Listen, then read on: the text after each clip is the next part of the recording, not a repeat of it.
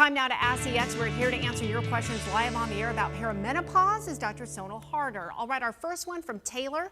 I'm 50 and I've had trouble sleeping for the past few years. It was never like this before. I think I'm experiencing perimenopause. What would help? And Taylor is right. This is actually one of the prominent symptoms of perimenopause is sleep disorder, especially not able to initiate sleep. This is kind of common. So Taylor, starting with some lifestyle modifications. One is sleep hygiene becomes extremely important in these times. So maintaining your sleep and waking up hours, reducing your caffeine intake afternoon. Also, if there's any alcohol consumption, this is a good time to back off or eliminate weeknight drinking because alcohol actually impacts that.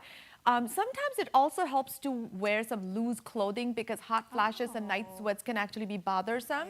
Melatonin over the counter can also help. So there are other sleep aid medications that you can discuss with your doctor, but I always tell my patients, start with some things that you can absolutely control on a day-to-day basis that are not always medications, but just few of those things. Yeah, because some people, want to stay away off the meds if they can. Correct. Lana says, my husband thinks I'm trying to manifest perimenopause. Every time I say I'm experiencing it, he says, if you think about it too much, it'll happen. How do I get him to understand it's happening? I love this question, and the reason for this is we have not spoken about menopause and perimenopause in details ever. This is the first time that it's coming out in social media and other platforms. So one of the things I recommend is taking your partner, a spouse, to your doctor's appointment with a specific goal and letting the doctor know that you would like to discuss perimenopause, menopause, how it impacts all aspects of your life.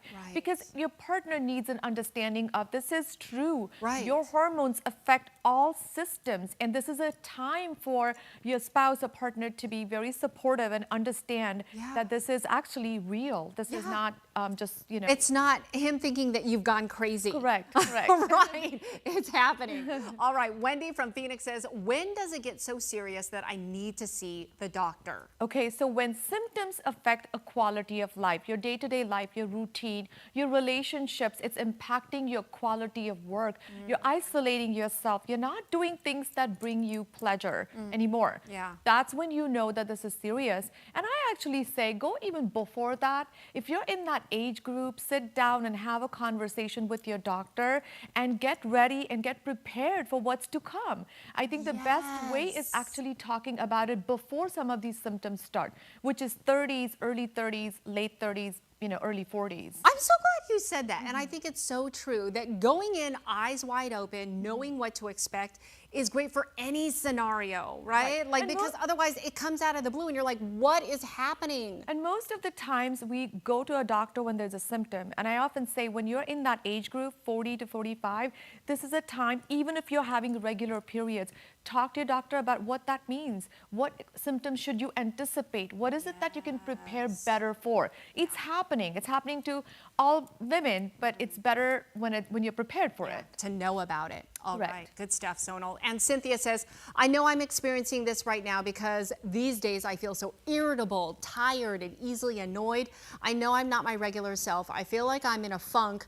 I don't think I'm depressed. I just don't feel like doing much, even being social. Should I be concerned, and what should I do? Oh, Cynthia, I think this deserves a very detailed depression and anxiety screening questionnaire with your doctor. Here's the thing, we don't self-assess very well. We are not good at self-assessing our own symptoms.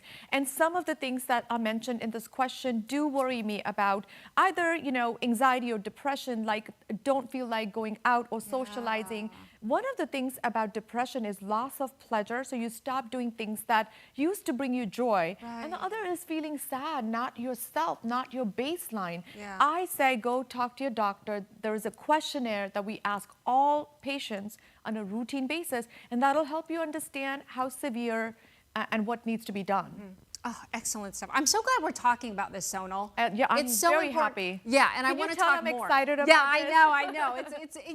It's life, right? And we got to talk about what's happening in our lives. Okay, this won't be the end of it, I promise. And we're going to let you go to our green room and answer even more questions. So thank you.